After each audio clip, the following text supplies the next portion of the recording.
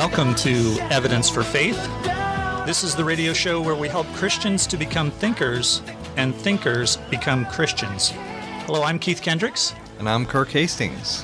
And today's topic was going to be the meaning of life. Kirk and I have been doing a series on the meaning of life and how far can you get on the road to discovering the meaning of life just by using logic and concentrating on the things that you can know for certain. But we're going to take a break from that series today because we're going to be talking about the organization called Ratio Christi. So we'll be getting to that in a minute. Our website is evidenceforfaith.com. That's evidence, the number 4, faith.com. You can listen to archived shows there. Or if you'd like to, you can listen to podcasts on iTunes. And if you'd like to listen during the show live, you can stream it from wibg.com. That's our flagship station, but Evidence for Faith is heard on 4 other stations nationwide. You can also listen to us on the iTunes or the TuneIn Radio app. So that's another avenue if you have an iPhone and you want to listen to us there. Just search for WIBG on the TuneIn Radio app. Well, Kirk, we have a couple of news items and let's see, some emails from the email bag, so we'll do that. But to start things off with our quote for the day, I have a quote within a quote. So this is a quote from Nancy Pearcey, and it's commented on by Jonathan Morrow. So he says, so this is the part from Nancy Pearcey. When Christians are willing to reduce religion to non-cognitive categories, unconnected with questions of truth or evidence, then we have already lost the battle. And then Jonathan Morrow, that's a great quote right there. Jonathan Morrow, who is the head of thinkchristianly.org, which I recommend that you get their emails, and he's an author. He's also, I believe, a Biola graduate. He comments on this, and he says, please reread that last sentence. You see, if Christianity does not rise to the level of being true or false, then it has been removed completely from the cognitive realm. If something can't be false, then it can't be true either, and rational investigation or justification fly out the window too. If we, in the American church, don't get this and teach it to the next generation, then Christians will be increasingly marginalized in the secular culture. But worse still, this unbiblical notion will sap us of our confidence to live as if Christianity were actually true, because confidence and knowledge go hand in hand. Wow. So this is a great quote for today because we're going to be meeting some college students from our local Richard Stockton College near Atlantic City. So we'll get to that in a minute. I could not avoid the news item today, though. Did you see that Richard Dawkins has made the news once again? Oh, wonderful. Yes, the famous atheist has admitted that he does not know that God does not exist. Really? So this made it into the Telegraph. The headline is, Richard Dawkins, I can't be sure God does not exist. So this has been lighting up the blogosphere. All the atheists are terribly upset with this.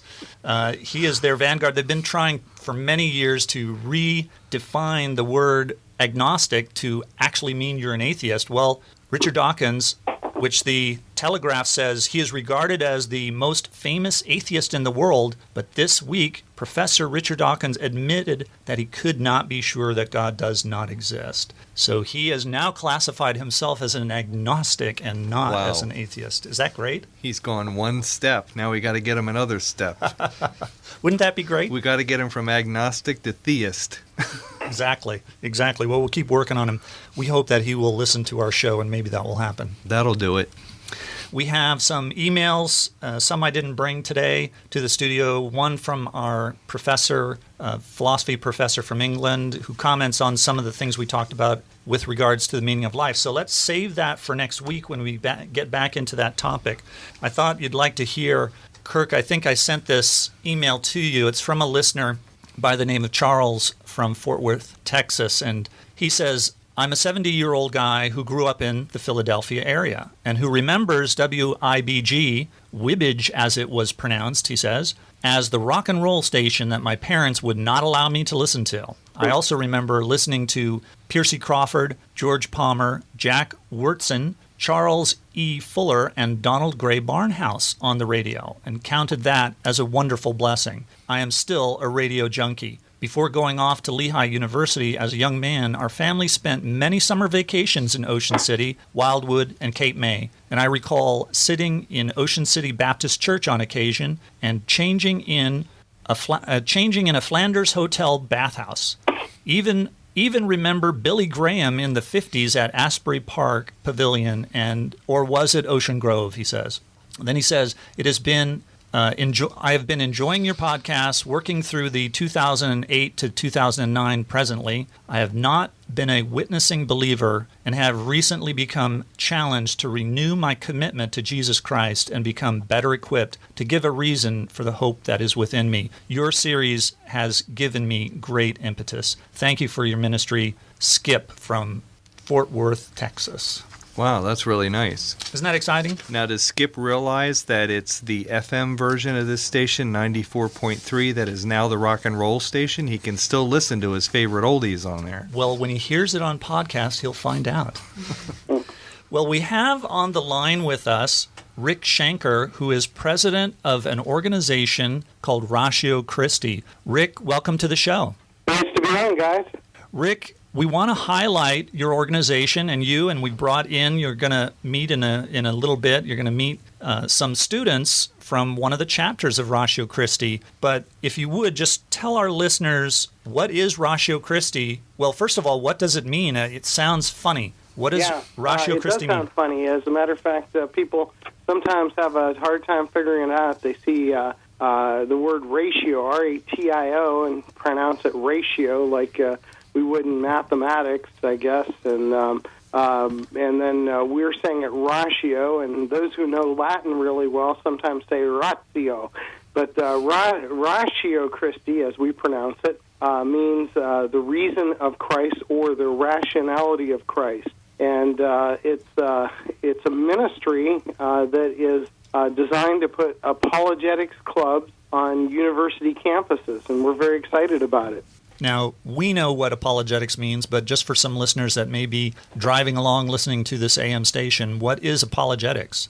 Well, I've had a lot of definitions of what apologetics and apologists are, but I think the nicest definition I have is an apologist is somebody who is a well-trained theologian that helps others overcome obstacles to their faith. As I would describe it, an apologist is one who presents the scientific, the philosophical, the historical, and the logical evidence for believing in Jesus Christ.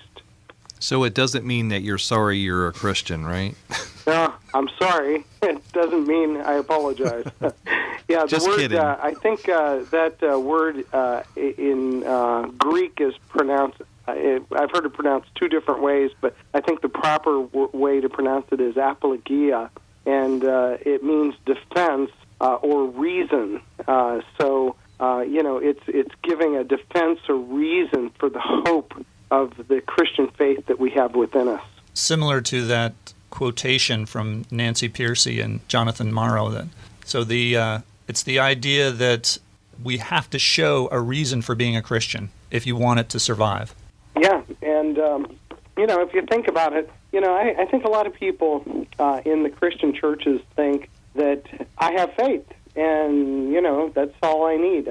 Faith without reason. I guess technically that would be called fideism, where you don't believe your faith is based on reason. But in all honesty, if people were just to put a little thought into it, everybody's faith is based on some kind of rationality. Somebody had to give you information that you had to accept and believe, and yes, God did a special work in your heart. But I look at it. I was telling a friend this, who was asking questions about faith and reason, and I said, listen, you have faith that every day you wake up that gravity's going to work. You're not one day going to say, geez, I don't think it's going to work today, and step off a 30-story building.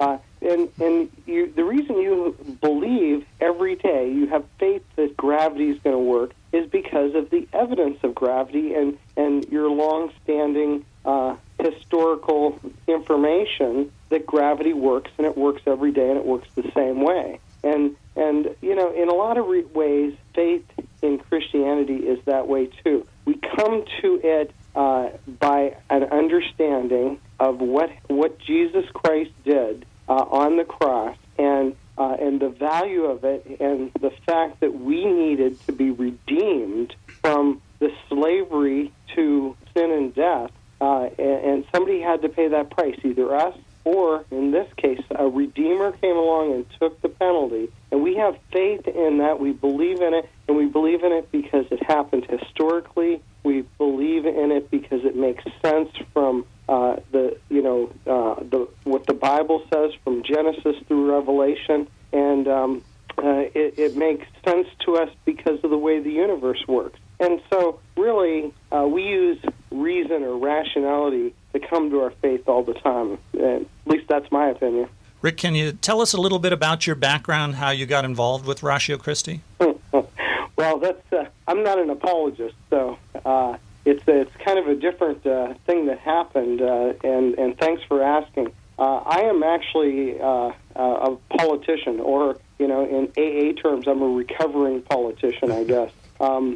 I had been working in nonprofit organizations that dealt in the political atmosphere. I worked for the state government of Pennsylvania. I ran for public office and was in charge of this county government up in northwest Pennsylvania. And I decided I wasn't being satisfied with the work that I was doing, and I wanted to get into Christian work that would reach people, for eternal purposes. And so after I left public office and looked around for a lot of different opportunities to get into Christian ministry, really didn't find anything. One day in 2010, I decided that maybe I would get a master's degree in apologetics. And I ran into this website at one of the seminaries that I was searching, Southern Evangelical Seminary, and one of the student outreach ministries that was being done by the students there was this little ministry called Ratio Christi. And I went and looked at the link and found out what it was. They were really working at opening up apologetics clubs at universities, mostly secular universities. And as soon as I saw it, I felt in my spirit that this was a mass movement ready to happen. Actually, that training in politics where you look for trends that can become mass movements kind of kicked in there, and I saw that this was a potential mass movement because I believe the church is heading into a new age, the age of the apologist. And so I called up the folks at Southern Evangelical Seminary, and I said, listen, I saw this website, I saw this little organization. I would like to run that. You don't have to promise me anything, no money, no anything. I figure you probably don't have this thing incorporated. You don't have a board of directors. You probably don't have any money. And it looks like you have no staff and a little bit of a stagnant website. And they agreed that all that was happening, and they had told me they were praying for somebody to come along with my skills and to run the organization. So it took a while, but in January of 2011, I got a call from some of the people involved with this, some of the early stakeholders, and they said they decided to let me go ahead and try and turn this into something of its own corporation with its own board, and to see where God was going to take it. And within the first year, from February 2011, when we incorporated until now, I'm just holding on because it's been a wild whirlwind type of ride.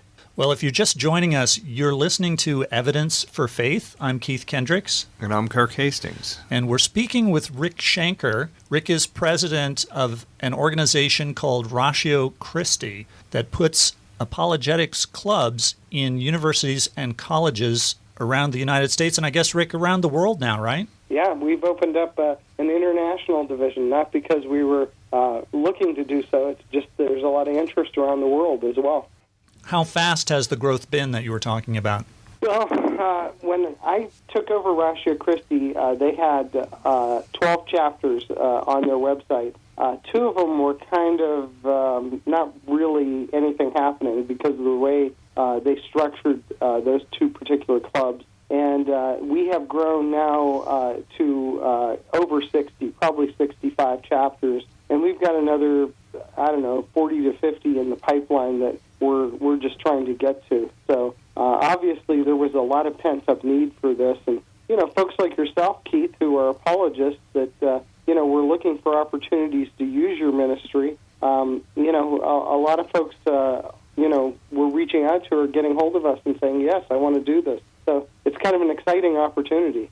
Do you have a goal as to how many colleges and what time frame you're going to reach? Yeah, we wanted to try and get about 100 a year, and we wanted to start that in the first year. But what we found out is by July of last year, we were growing so quickly, and there is just two of us trying to manage the organization, myself and a gentleman by the name of Blake Anderson who lives in the Charlotte area. We actually tried to slow down the growth as of July last year. So we'd still like to hit 100 a year. So by the end of 5 years, we'd like to have at least 500 chapters at the university level.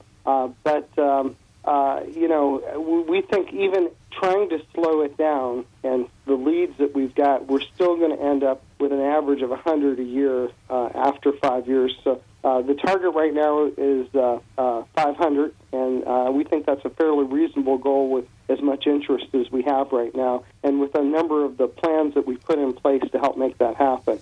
Rick, let's talk a little bit about the need for Ratio Christi. Mm-hmm. Why not just let the churches do the apologetics job?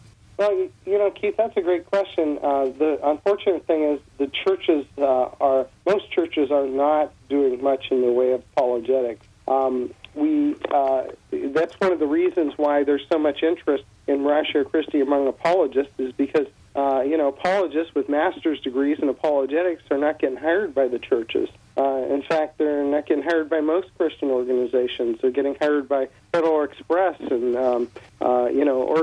organizations that sell pacemakers and I wonder who that could be. Like that. But there wasn't really much interest in apologists, and I'm not sure why all that is. I guess we could, evaluate that. But even at the seminaries that teach apologetics, the white elephant in the room for all the students being trained was, what am I going to do with this when I get done with it?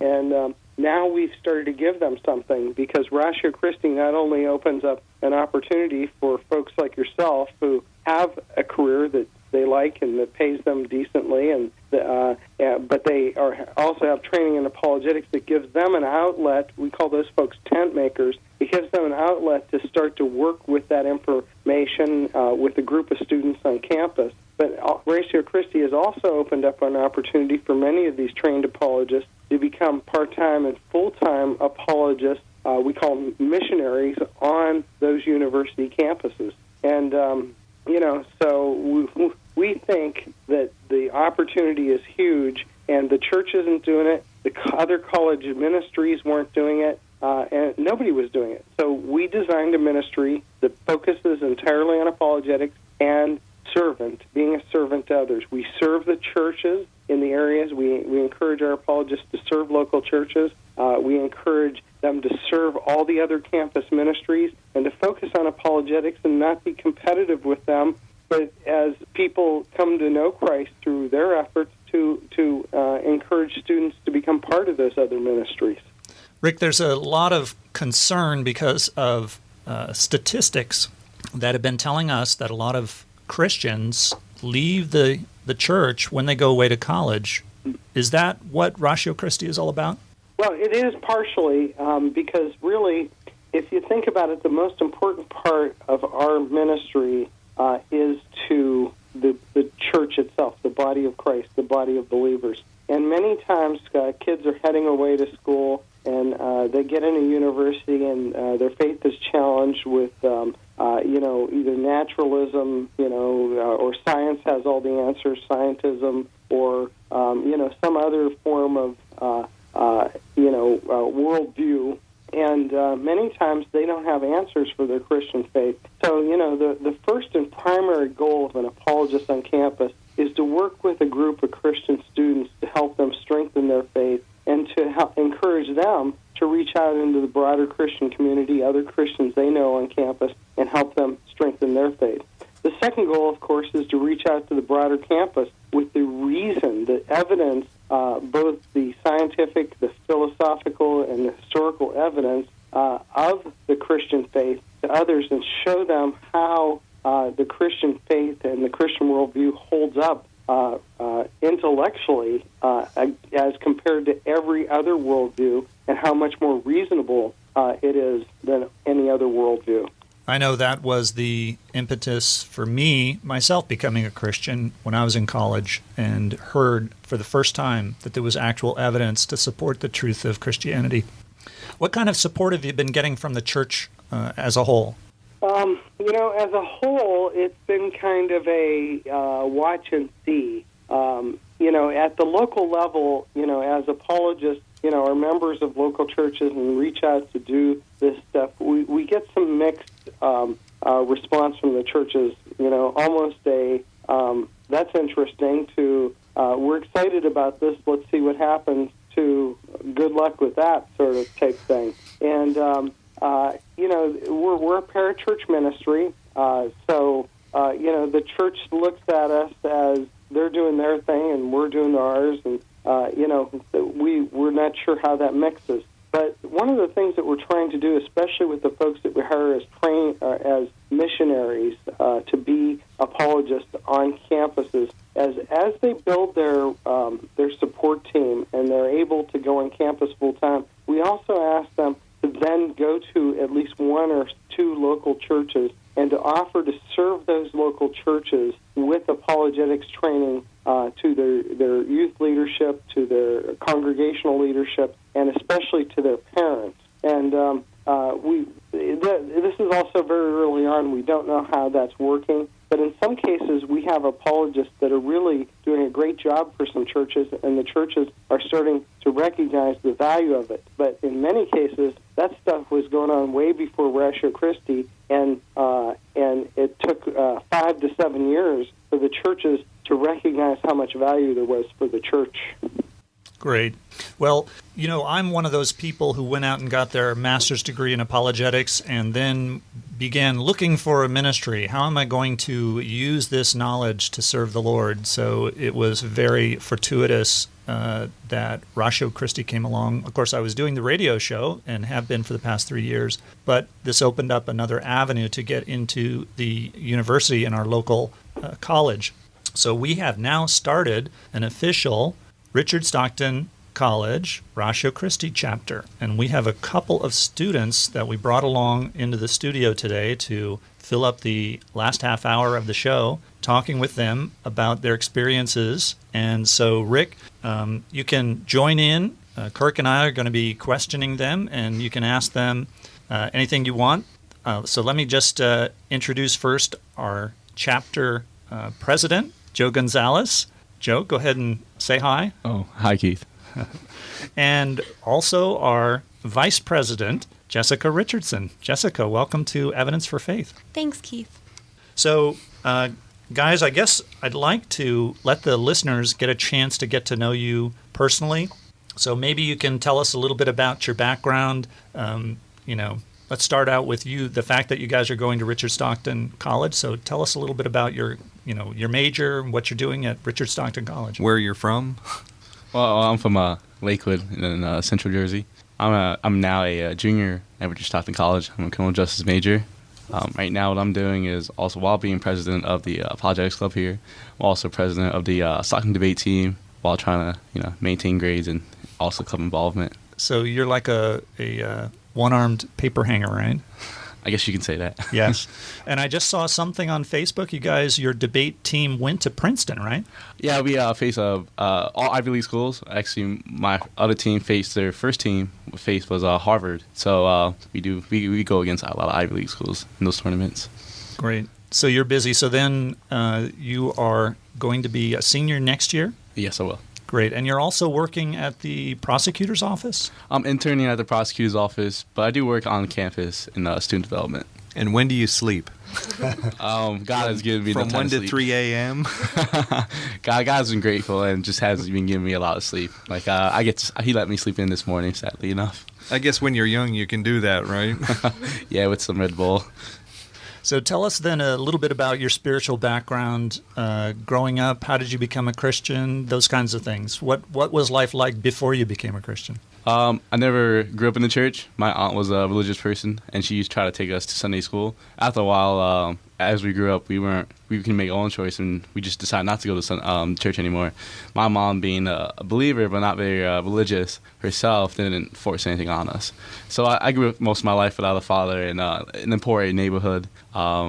So we faced a lot of things that, a lot of poor people would face, like, crime and issues with drugs in the family and so on and so forth, and education levels lacking. So I've always been given disadvantaged charge, but I was always okay with that. So when I was 15, I kind of realized this whole thing, this kind of cards I've been dealt was sad and upsetting. So, with that conclusion, I said that there can't be a God with all this pain and misery going on, especially all the pain I saw, all the misery I saw at the time. So at 15, I became an atheist. So I remained an atheist for about another 5 years. That one summer last year, I actually tried to commit suicide because realizing that there's no real value within there. So that obviously fell, and God said it wasn't my time yet.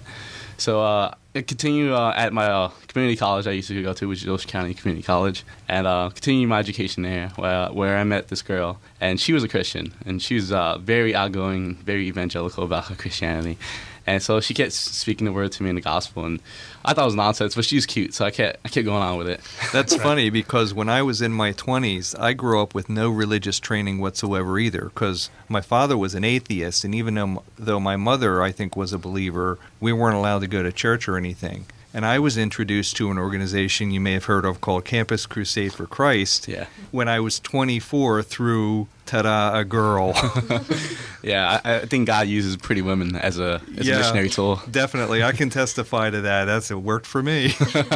So with this girl, she brought me to a church, which is Remedy Church over in Bricktown. And this is a fairly new church. It's only 1 year old now. And she introduced me to her pastor, who started discipling after I became a Christian.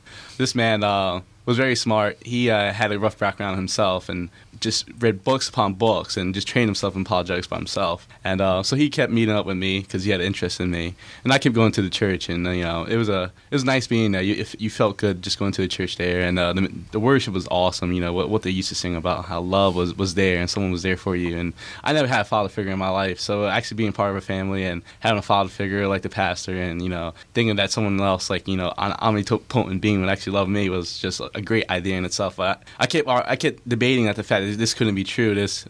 I held on to my academic beliefs, such as evolution had made more sense than creationism, and then also things like there cannot be any absolute truth, and all truth is relative. What if all these Christians are really not believing the truth, and they're like happy kids on candy. They're right all now. kidding themselves, right? Yeah, like a Santa Claus theory, I guess, or spaghetti monster, But it was a nice thought, and I used to always say to myself, I wish I could be this ignorant just to be a Christian for a day, and then I could be this blissfully happy.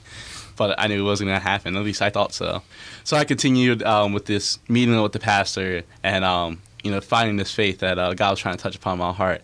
And one day I finally gave up, and this was in May of last year that I finally gave up, and I called my pastor. He met me on campus, and we said the sinner's prayer together. And now that I'm a Christian, it's been awesome. I actually don't have any suicidal thoughts. I'm really content with my life, and I want to serve God. I have a family that God has just brought me into, and a lot of love, a lot of anger I used to have. It was all dissipated, and unfairness in life that I saw was something that I said, well, this is suffering to help me grow. And now because of that, God's put me in a more advanced place than other people. And through the months, I've just been somehow learning apologetics along the way, and God's been growing me. And a lot of people say a very advanced rate than most Christians, and this is what He wanted. And I was very happy with that. So now I'm just a happy person. When I first became a Christian, the first book that I read after reading the New Testament was Evidence That Demands a Verdict by Josh McDowell. Mm-hmm. It's like a 500-page book, and I read that book through in like 3 days. That's awesome. I really wanted to know, what's the evidence for this? So, Joe, any particular argument or evidence that helped you along that road when you were making this transition to be a Christian? I was a strong relativist. I believe, the Matrix kind of theory that you can't really know truth. So there's no way you can say that God's real, God's not real. You might as well just be agnostic at best. My pastor went through steps with me of why relativism is not true and absolute truth must be true, and why it's more beneficial to have absolute truth than relativist kind of viewpoint. With that, I think that really made a cornerstone. Is if there is absolute truth, that means there is or it's not a God. So I think I'd rather have the God theory than not. Right. Great. Well, let's give Jessica a chance to get in there. So we'll share the microphone. We're crowded in the studio today. So, Jessica, if you'll tell us a little bit about your background, your college major, and things like that. Give us the lowdown. The lowdown. Okay. Like Joe, which I didn't know, I'm also a criminal justice major. Yeah, I know, Joe, crazy. I'm a senior at Stockton, and I guess my walk with God has been a bit of a roller coaster. I grew up in a Catholic home. I did the whole CCD thing and confirmation, all that good stuff, and I hated it. And I got to the point where I made my confirmation, and our teacher made the mistake of telling us that since we made our confirmation, we no longer had to go to church unless we wanted to, because we were adults. Not the right thing to tell somebody in middle school, because I stopped wanting to go after that. And for me personally, being raised in a Catholic church, there were just so many things that they seemed to flip-flop on and this and that, and I was like, these people don't have any consistency, so they must all be crazy, so therefore the Bible isn't real, God isn't real, there's so much bad stuff that happens out there, how could there be a God? And I became an atheist. And I had 3 aunts that live down in Florida who are born-again Christians, which I never understood what that meant when I was younger. I thought that just meant they were part of some weird cult, and they did a lot of singing and dancing at their church, which was not something I was used to, and I thought they were all basically brainwashed, and I felt bad for them. I really did. I felt like they were ignorant and stupid, and I made fun of them a lot. And then I had the opportunity to meet someone who was a pastor's son, and as seems to be the trend around here, God uses members of the opposite sex to bring us around. It works. It does. Isn't it the craziest thing? He gets you in the door that way, and then once he's got you. I missed out on this trend. That's too bad. So at that point in time, I was an atheist, and here was a Baptist, which was completely just the exact opposite of everything I had known growing up and everything I believed. And my family was still a Catholic family, so he came in telling me about all these things and challenging the Bible and challenging what I had been raised with. And even though I wasn't a Catholic, I felt the need to defend Catholicism. Mm-hmm. And that made me actually go to Barnes & Noble's and buy a Bible, which was the craziest thing, and I couldn't believe I was doing it. And I actually started reading the Bible. Uh-huh. And once I started doing that, there seemed to be a lot of good information in there that I just had gone my whole life thinking wasn't real, I guess. Just out of curiosity, what kind of Bible did you get? Like a modern language one that was easy to read? Or? I actually bought the Catholic Answer Bible, which was, don't laugh, Joe. It was an NASB translation. Okay. And it had these little tear-out sections throughout it where they had Catholicism questions with Catholicism answers. Okay. And that kind of, I'm not trying to, be mean towards any denominations here, but that kind of made me realize that if I was going to be a Christian, I was not going to be a Catholic because it didn't make any sense to me personally. And then I became a Christian, and I was in love with God, and everything was great, and I felt a calling on my life, and this is what I'm going to do with my life, and this is the career I'm going to have, and I'm going to marry this guy, and life's perfect. And I was on a Christian high. I was high on Jesus, I guess. And then there hit a point in time where my relationship with this guy ended, so I was angry at God. And then a couple of months later, I got in a really bad car accident and was unable to pursue my original major. And I felt like I went my whole life not believing in this God really, and now here's this God who I loved and worshipped and everything else, and he just basically turned his back on me. Yeah, why'd he do all this to me? Exactly. Yeah. And so I completely just turned against God and did not, I figured it's better to just not believe in a God than it is to believe in a God that would do all these awful things to me. So for the next, 4 years, I went ahead with thinking that I guess I'll call myself a Christian, but I don't really believe it. I know deep down in my heart it's kind of there, but no one has these answers for me, and praying isn't working, so I'm just as bad as all those other ignorant Christians they used to make fun of. Right. And then Well, that must have made you feel really good about yourself. I know, it was kind of, it was very upsetting because I felt like a hypocrite. And then last spring, I actually took a class at Stockton on spirituality and aging, and I had the opportunity to learn about a lot of other religions and a lot of other different walks of spirituality. It made me start to question even more God of, I guess maybe there is a God, but maybe all roads lead to God, sort of relativist thinking. And then I was like, I believe in God, but who's to say that this God is the right God? So maybe I should start investigating this. And I basically, like Lee Strobel, went out to prove Christianity wrong to, make sure I wasn't believing in the wrong God. And I met somebody, a boy again, who was an apologist. He's working on his ministry. Listeners, do you see a pattern here? He was working on his ministry If you're degree. wondering about Christianity, go out and get yourself a girlfriend or a boyfriend. It works, oddly enough, although I'm pretty sure that's not what the Bible teaches us. But he was working on his degree in apologetics, which I had never heard of, and thought it was a degree in apologizing to people. And I thought that was the stupidest thing ever. And I stumbled across Biola University and their certificate in apologetics program, which I signed up for because I figured if I'm going to be able to prove this wrong, I got to be able to do it the right way. So I ordered all their information, started taking their classes, and realized that there was a lot of good points that were proven in there. So my head followed my heart, and I became a real Christian. Wow. Wonderful. Cool. Kind of long. Any particular evidence or particular argumentation that was Or any a turning particular point? book? I guess for me, I know a lot of people like to start with, is there a God or isn't there a God, and then work their way up from there. I kind of go from, is the Bible legitimate and is it reliable, and then work my way down, because if it's not real, then it doesn't matter if Jesus existed or not, because it's not real. So I worked with that, and I read, Gary Habermas, The Historical Jesus, things like that. And I went from, well, this book's reliable, this is true, there's historical evidence that this guy existed, there's historical evidence that he resurrected, he wasn't in the tomb, this and that. And that was, what changed it for me. Because, these people wouldn't just go around dying for this man that they knew was lying. Right. It seemed kind of insane. Right. And Lee Strobel's good, too. I love his He books. is. He really is. He's got a couple of videos out, too, based on his books that are really good. Yeah. He was very persuasive. Yep. Rick, if you're still there, I just wanted to give you an opportunity to, since these are two of the young lives that your ministry is reaching out to and making a difference. Yeah, I was listening closely to the testimony. It's wonderful.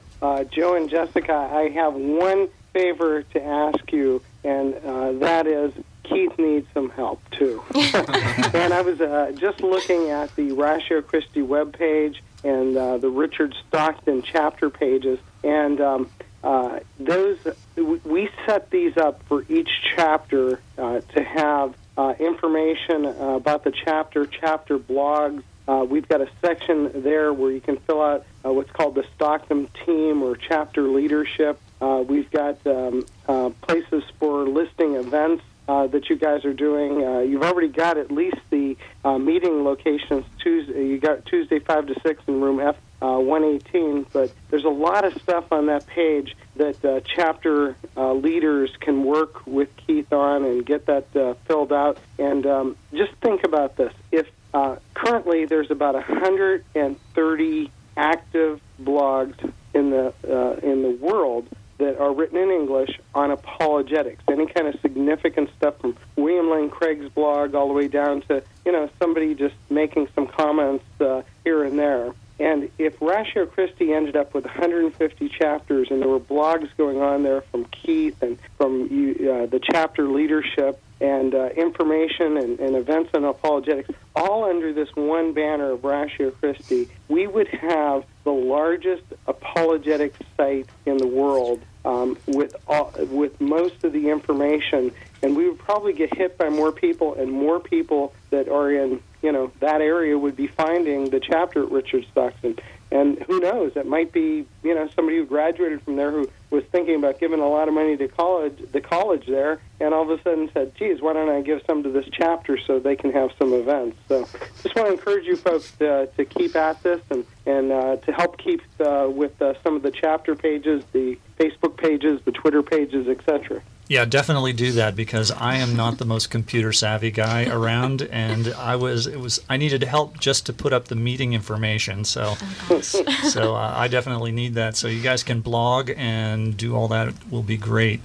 So let me ask either of you, or you both can talk. What do you think? Give me your opinion. Why is Ratio Christi needed at Stockton and at other colleges?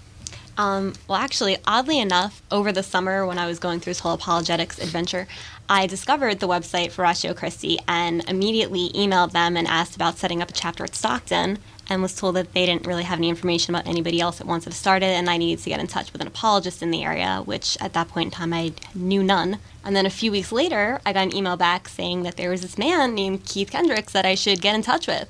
And I was so excited, because I think that at college, that is one of the most important times that you need to reach out and, show people out there, Christians or not, that there is evidence for this faith. And it's not just, ignorance and blind faith, as we've talked about in our group meetings. But, just because you're sitting in class and your professors are telling you that Christianity is for stupid people, which I've honestly have had told to me in class, that if you're a Christian, you're just uneducated. I think it's important for kids to be able to hear, or, adults to be able to hear that there is reasons behind this faith, and it's not just, you come to college and you learn that Christianity is completely false. We need to have that out there to show them that there is proof for the faith that they were either raised in or know nothing about. So for the parents who are listening, who are maybe have younger kids or kids about to go into college, we need to let them know that that really is going on. Would you say that there is a hostile atmosphere in college? Completely. I'm not even like a biology major or anything like that. I'm just, criminal justice, where people don't usually talk about religion or science or anything like that. But in some of my research classes and things like that nature, we've been told that cognitive dissonance and things of that nature, that Christianity is just a farce. And if you've reached this age in your life and you still believe in it, then, go talk to the professor after class and they'll explain to you why they're wrong. Right. Yeah, I've seen the same thing, very hostility, but not even on the academic level, also on the personal level. You'll come across a lot of college kids who are trying to live the college lifestyle, and when you tell them, hey, I don't think this is cool, man, and you tell them why, they're like, well, that's pretty dumb, man, and they'll tell you that you're homophobic just for believing in the Bible. They'll tell you that you're an idiot for believing in the Bible. They'll argue with you for days and try to use the Bible against you, saying that your God is one of rape and genocide, and I don't know how you can believe in that. And if you don't know your own Bible and how to defend it, you will definitely be put in a corner where people will just insult you and you will question your own beliefs because of it. I took 2 philosophy classes where Christianity was based of it, and you wouldn't believe how many atheist people are there, or agnostic people are in the classroom. Philosophy in college today must be murder for a Christian. It's insane, especially when it's all Christian based. I mean, I took one where there was all apologetics and defending the faith, and these kids are just, they tell you 100 reasons why there isn't God, but you give them one reason, they get a little upset. They get very upset, and these classroom discussions get very heated for no reason. Honestly, I see it as, but there's a lot of hostility for Christian kids and college kids today. Yeah, I think that's a big change that a lot of parents don't realize. I know, I'm in my 50s, and when I went to college, it was rare to run into a professor who was openly antagonistic towards Christianity. I did run into a few of them, but it's still the environment was still very supportive. And that's actually been a sea change. So parents need to know that. What about churches? What's your opinion? What can churches do to help young people so that these statistics don't keep going, that 60-70% of those who claim to be Christians, after they go to college, they wind up saying that they're not Christians anymore? Well, I haven't been a Christian too long. I'm not involved in a lot of churches, but I heard a lot of stories. But the demographics for churches around my age is around 30 and up. So you won't see a lot of people at churches. Even my own church, I was probably one of the youngest members there that was over the age of 18, and probably had only 3 or 4 friends that were around the same age over like a church of 100 people. And it's very rare to have people my age just in the church, and there's a reason for that, and that's the reason because they go exploring and they explore academics, and they don't see Christianity as a academical thing. It's something that's more for children or for older people, not for them.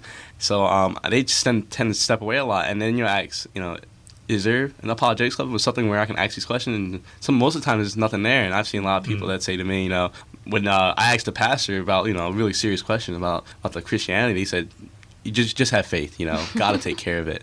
And that's not the answer I think we should be giving kids, because when they go off to college, they'll give the same answer. I just have faith, God will take care of it. And that's not the right answer. I think if we start training kids in high school, that's when you first start getting challenged, and we're well into like college years, and they'll be prepared, and they'll be, well, it was a quote from William Lane Craig, you won't be equipping your kids with paper, plastic, swords, and shields, but actually with, swords made out of steel and shields are made out of steel.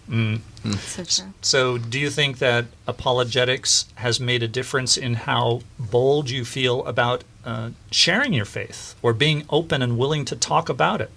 Personally, for me, without a doubt, yeah, I have a lot of friends that aren't Christians, and they would come at me with all these crazy questions that I never had an answer for, and I was like, wow, maybe they're right, maybe Christianity is wrong, because I don't know how to answer them. But now, with learning about apologetics and learning that there is reliable evidence, I can turn around and say, well, have you thought about this, or did you know this about the Bible? Did you know this about the accuracy of the Bible, and that it's more reliable than, the book by Homer, and things of that nature. And it starts a good dialogue there, because they're no longer just on the offense. Now they have to start thinking about Christianity as more than just what they've heard from, Richard Dawkins or the media. Mm-hmm. Right.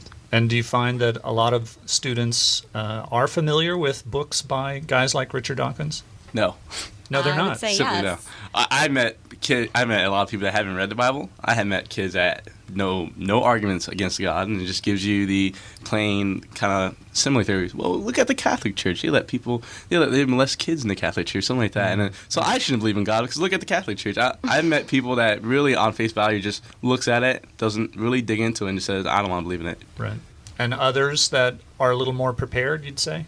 I mean, personally, I know one of my roommates took a class where Richard Dawkins' books were assigned as part of their reading to prove that God was not real. Wow. And that just, honestly, that blew my mind that I go to a college where they so openly just assign books that what was go her against major? someone's religion. Yeah, what class It was that? one of those, extra classes, okay. a gen ed class. And I read the book myself, and I could not believe how just wrong the information was that was in the book, and that it was being, presented to 24, 30 people.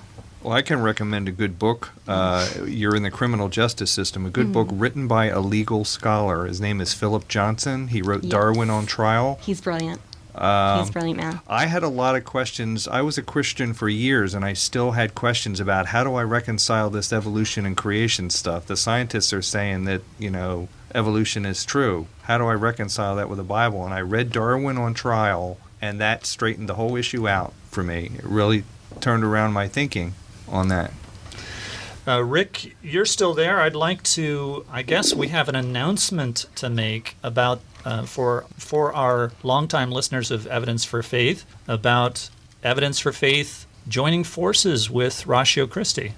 Yes, this is a very exciting opportunity for all of us. The folks in New Jersey, yourself, Evidence for Faith listeners, we're going to join together with Keith and Evidence for Faith, and we're going to, start a relationship to bring Evidence for Faith and Ratio Christi together to start bringing on some apologists from around the country, some folks that do what Keith does and have started chapters at the university. We have some excellent, really amazingly excellent apologists at schools like Ohio State University, Texas A&M. We got some really great science apologists at schools like North Carolina State. We got one PhD who's a professor at NC State that his major is some kind of biology field. And what we're going to do is we're going to try and get some of these folks to work together with Keith and start to produce some shows with some excellent content from these folks. And then, of course, we're going to use the Ratio Christi connections to, help bring on other speakers as Keith suggests. And we'll just try and work together on this show to make it a great show and look for ways to expand it. One of the things we can do, Joe and Jessica, you can probably help with this, is find a way to put the podcast on the Richard Stockton blog page so that those are available off of the Ratio Christi site to folks all over the country. And then we're going to list Evidence for Faith as one of the ministries under Ratio Christi and, give people an opportunity to support it. So, Rick, we've got thousands of listeners that'll be listening, that listen live and also listen by podcast. So some of those are going to be interested in Ratio Christi and want to know how they can help. So give us all that information. How can people help Ratio Christi? Well, there's a number of different ways, depending on what they are. Of course, Ratio Christi is a very new ministry in terms of being an independent organization, and so we are just building our financial base. And so if people can help in that way, especially if they can help us monthly, $5 a month, $10 a month, $100 a month, $2,000 a month for some people, that'd be great to help us be able to pay our at least 2 employees. We've got to add more people because we can't keep up with the growth. And then we need apologists. I mean, if apologists are listening to this and want to get involved, like Keith did, and like some of these other folks have, whether they have a career or they're looking for a career in apologetics, get a hold of us. Go to the ratiochristi.org website, and by the way, that's ratiochristi.org, and look through, for instance, the Partners tab, and get a hold of us and tell us your interest. And then, other folks, reach out. If you've got some training in apologetics, there's something going on at the college near you, like at Richard Stockton, get in touch with Keith. Let him know and say, hey, how can I help? There's tons of ways to get involved. Just get a hold of us, sign up for our newsletter, pay attention to our blogs, like us on Facebook, see what's going on, and then tell us, how you can help. If you're a pastor of a local church, we'd like to get our local apologists in touch with you and let you know about what's going on at a particular college, and maybe there's a way for you to work together. Lots of opportunities. We can be creative in this thing. Wonderful, Rick. Well, I'm looking forward to working more closely with Ratio Christi through this radio ministry. So Rick Shanker, I want to thank you for being on today and telling us about Ratio Christi. Joe Gonzalez and Jessica Richardson from Stockton College, I want to thank you guys for being here today. You've been listening to Evidence for Faith. I'm Keith Kendricks. And I'm Kirk Hastings. And please send your comments or questions with the call letters of the station that you listen to us to email at evidenceforfaith.com. Join us again next week. We're going to be picking up more truth about the meaning of life. And always remember that the best reason for being a Christian is because it's true.